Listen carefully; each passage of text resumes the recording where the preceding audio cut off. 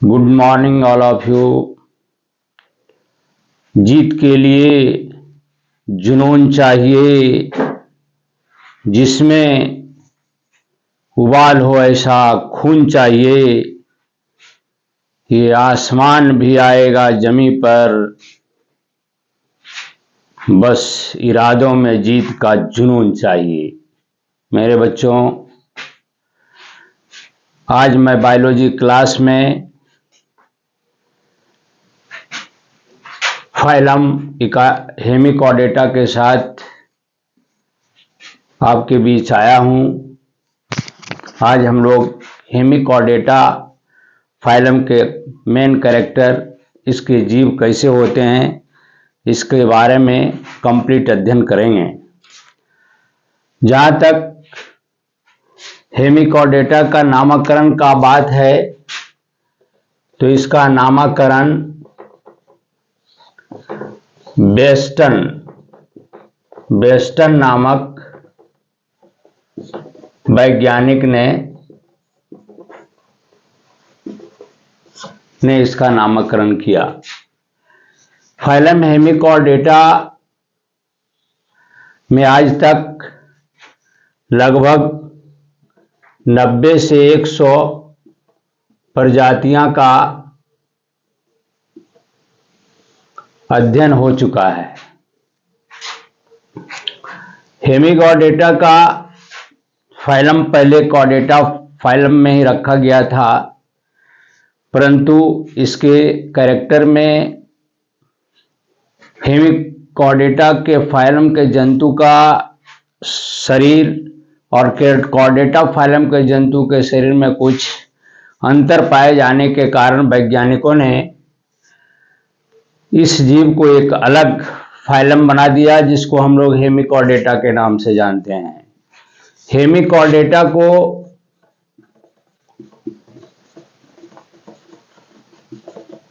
हम इसका संधि विच्छेद करते हैं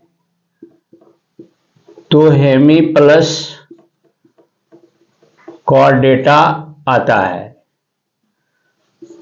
हेमी का मतलब होता है हाफ, हेमी का मतलब हाफ होता है, और कॉर्डेटा का मतलब होता है स्ट्रिंग, मतलब रज्जू। अर्थात हम कह सकते हैं कि वैसे जंतु जिसके शरीर में हाफ कॉर्डेटा पाया जाता है, हाफ रज्जु पाया जाता है, वैसे जीव को, सारे जीव को हेमिकॉर्डेटा फाइलम में रखा गया। जहां तक हम हैबिट एंड हैबिटेट की बात करेंगे, हैबिट एंड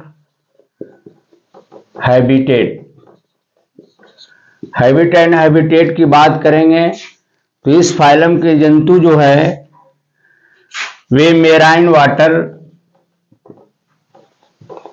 वाटर में पाए जाते हैं, अर्थात समुद्री जल में पाए जाते हैं, और ये बिल बनाकर रहते हैं, जो प्रायः बिल में ही देखा जाता है। ये बाहर करीब करीब नहीं रहते हैं। जहां तक इसका बॉडी स्ट्रक्चर की बात किया जाए, बॉडी स्ट्रक्चर की बात किया जाए, तो इसका बॉडी स्ट्रक्चर में इसका शरीर जो होता है बायलैटरली साइमेट्रिकल का होता है, बायलैटरली साइमेट्रिकल होता है। बायलैटरली साइमेट्रिकल का मतलब इसको दो भाग में शरीर को बांटा जा सकता है। दूसरा क्या है, ये ट्रिप्लोब्लास्टिक होते हैं, अर्थात इसका शरीर त्रिस्तरीय होता है, इक्टोडर्म, मेसोडर्म और इंडोडर्म में विभक्त रहता है। इसके शरीर पर अभी तक कोई सिगमेंट नहीं रहता। हम लोग पहले इकाइनोडर्माटा इकाइनोडर्माटा वगैरह में हम पढ़ा था, किसी आर्थ्रोपोडा वगैरह में पढ़े थे कि इसका शरीर जो रहता है वह सिगमेंटेड होता है, पर यहाँ कोई सिगमेंट नहीं पाया जाता है। बॉडी स्ट्रक्चर, अब इसका जो शरीर आप देख लीजिए 3 भागों में बटा रहता है। इसको हम लोग कहते हैं प्रोबॉसिस। प्रोबॉसिस अर्थात इसको शुंड बोला जाता है। दूसरा इसको कोलार, और तीसरा जो होता है वह ट्रंक में बटा रहता है। अर्थात हम कह सकते हैं इसका शरीर 3 भागों में बटा रहता है। पहला है प्रोबॉसिस, दूसरा है कोलार और तीसरा है ट्रंक। ये 3 भागों में बटा रहता है। जहां तक हम अब इसका डाइजेस्टिव सिस्टम की बात करें, डाइजेस्टिव सिस्टम की बात करें तो इसका डाइजेस्टिव सिस्टम, इसका स्ट्रेट कंप्लीट एलिमेंट्री कैनाल जो होता है वो यू आकार का होता है। यहाँ पर प्रोबॉसिस, यहाँ पर अगर एनस है तो यहाँ पर माउथ होगा, यहाँ माउथ है तो यहाँ पर एनस होगा। इस प्रकार इसका ये जो होता है यू शेपेड होता है। एलिमेंट्री कैनाल कैसा होता है? यू शेपेड होता है। इस फाइलम के जंतु लगभग वर्म लाइक होते हैं, कीड़े के समान होते हैं। क्या होता है? कीड़े के समान। डाइजेस्टिव सिस्टम की बात जब करते हैं तो इसका शरीर कैसा होता है? एलिमेंट्री कैनाल कंप्लीट और यू शेपेड होता है। जहां तक हम अभी तक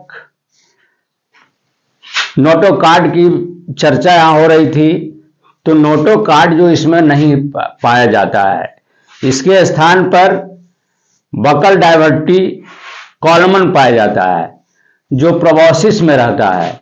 यही कारण है, मुख्य कारण है कि कॉर्डेटा फाइलम से इसको अलग करने का। वहां नोटोकॉर्ड पाया जाता था, पर यहां नोटोकॉर्ड नहीं पाए जाने के कारण यह जो फाइलम है हेमिकॉर्डेटा और कॉर्डेटा का हम इसको कह सकते हैं योजक कड़ी भी कह सकते हैं। डाइजेस्टिव सिस्टम की बात तो यहां तक खत्म हो गया। ये जो मैंने कहा बकल डायवर्टी कॉलमन या प्रोबॉसिस एरिया में पाया जाता है। अब डाइजेस्टिव सिस्टम के बाद हम आते हैं रेस्पिरेटरी सिस्टम। रेस्पिरेटरी सिस्टम में ये जो होता है गिल स्लाइड्स कॉलम के द्वारा ये अपना रेस्पिरेशन का करते काम। गिल स्लाइड्स कॉलम के द्वारा ये रेस्पिरेशन का काम करते हैं। जहां तक अब हम सर्कुलेटरी सिस्टम का बात करेंगे, सर्कुलेटरी सिस्टम, तो सर्कुलेटरी सिस्टम जो होता है इसका ओपन होता है, क्योंकि इसमें ब्लड फ्लो करने के लिए कोई वेसल्स नहीं पाया जाता है, इसीलिए इसमें सर्कुलेटरी सिस्टम जो होता है वह ओपन होता है। इसके ब्लड में रेस्पिरेटरी एक पिगमेंट होता है, रेस्पिरेटरी एक पिगमेंट होता है जिसका नाम है बेनेडियम। क्या नाम है? बेनेडियम पिगमेंट है जो कलरलेस होता है, इसीलिए इसका ब्लड जो होता है कलरलेस होता है। जहां तक हम हार्ट की बात करें, तो ये हार्ट इसका पृष्ठतल में होता है। हार्ट जो होता है पृष्ठतलीय होता है। सर्कुलेटरी सिस्टम तो हम लोग जान गए। इसके बाद हम लोग जानेंगे एक्सक्रीटरी सिस्टम की बात करें तो इस जंतु में एक्सक्रीटरी सिस्टम जो होता है, एक्सक्रीटरी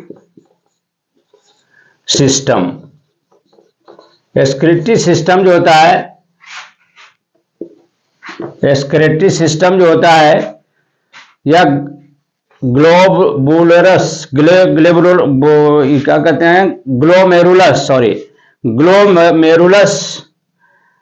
के द्वारा या एक्सक्रीटिस, इसका एक्सक्रीशन का काम होता है, जो प्रोबोसिस एरिया में पाया जाता है, अर्थात वो जो रहता है शुंड में पाया जाता है।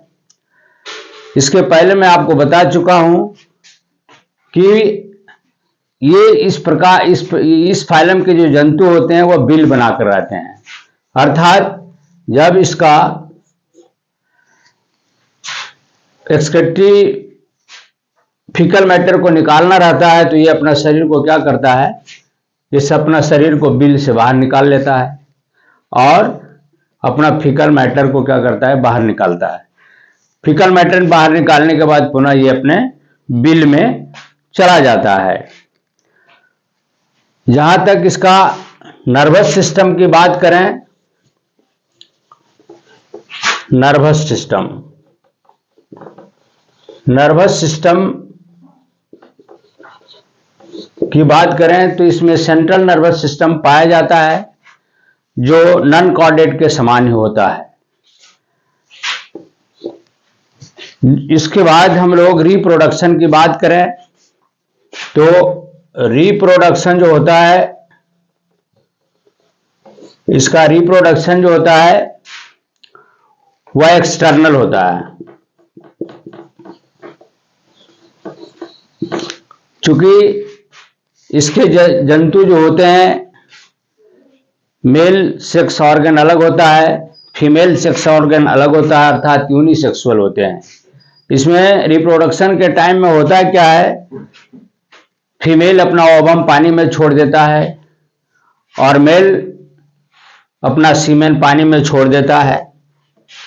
कुछ जीव इसके ओवम और सीमेन को खा जाते हैं, जो बच जाता है वो आपस में क्या होता है, फर्टिलाइज हो जाता है, आपस में फर्टिलाइज हो जाता है। फर्टिलाइज होने के बाद डेवलपमेंट का कार्य शुरू होता है। डेवलपमेंट में इसका जो लार्वा होता है, ट्यूनेरिया लार्वा कहा जाता है। लार्वा जो होता है, लार्वा ट्यूनेरिया